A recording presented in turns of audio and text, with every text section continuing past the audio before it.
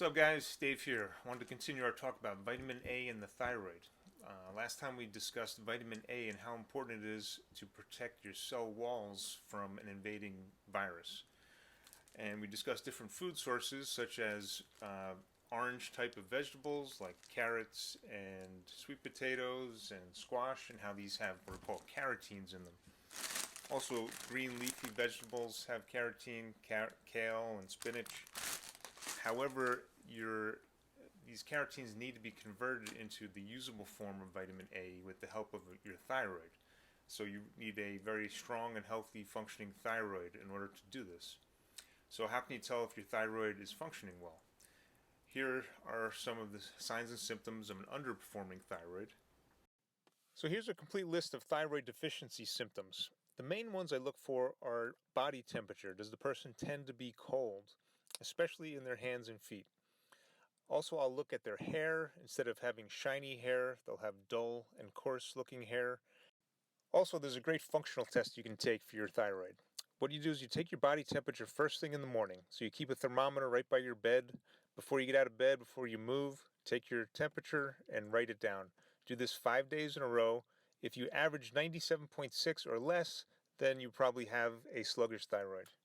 So if these signs and symptoms of an underperforming thyroid resonate with you and you think you might need some nutritional support, the first thing you think of is iodine when you think of the thyroid.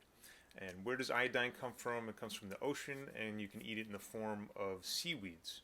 So if you go out for sushi, get some seaweed salad. It usually comes in green or black version. You can go to the Asian grocery stores, and they usually have an excellent display of seaweeds. You can put them in soups or just eat it with an entree. Trader Joe's has a great seafood supplement here. They have dried seaweed flakes, and you can basically sprinkle these on rice or quinoa, and it tastes very good. It has other healthy things in it too, and no bad oils or anything in here. You can get different seaweeds in powder form, such as I have here spirulina.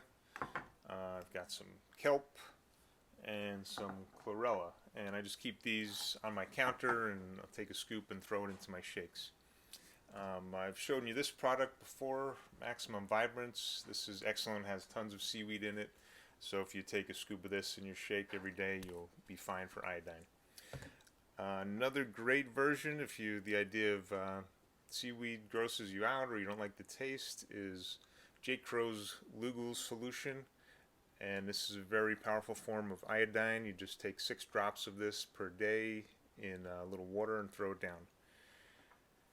Another form that I really like to use is also by the company Thorne that I've talked about before, and it's called thyroxine. That's just the name of the product, but it has iodine and tyrosine in it, and it has a couple other things too, but the iodine is mainly for your thyroid, and tyrosine is for your adrenals. Oftentimes when your thyroid is down, your adrenals need some work too. So this is an excellent product that I've used a lot with clients. So that concludes our discussion about vitamin A and the thyroid. So remember, check your thyroid symptoms. If you think it's underperforming, up your iodine-based foods. Whatever you don't get from food, supplement your iodine, and then go back and recheck your symptoms, recheck your morning temperature. Make it a goal to have your temperature be 98 degrees in the morning when you wake up, and that's how you engineer your health.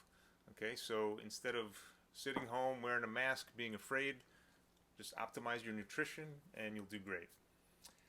So that's it. Stay strong, stay healthy, and we'll see you next time to discuss vitamin D. Take care. Bye.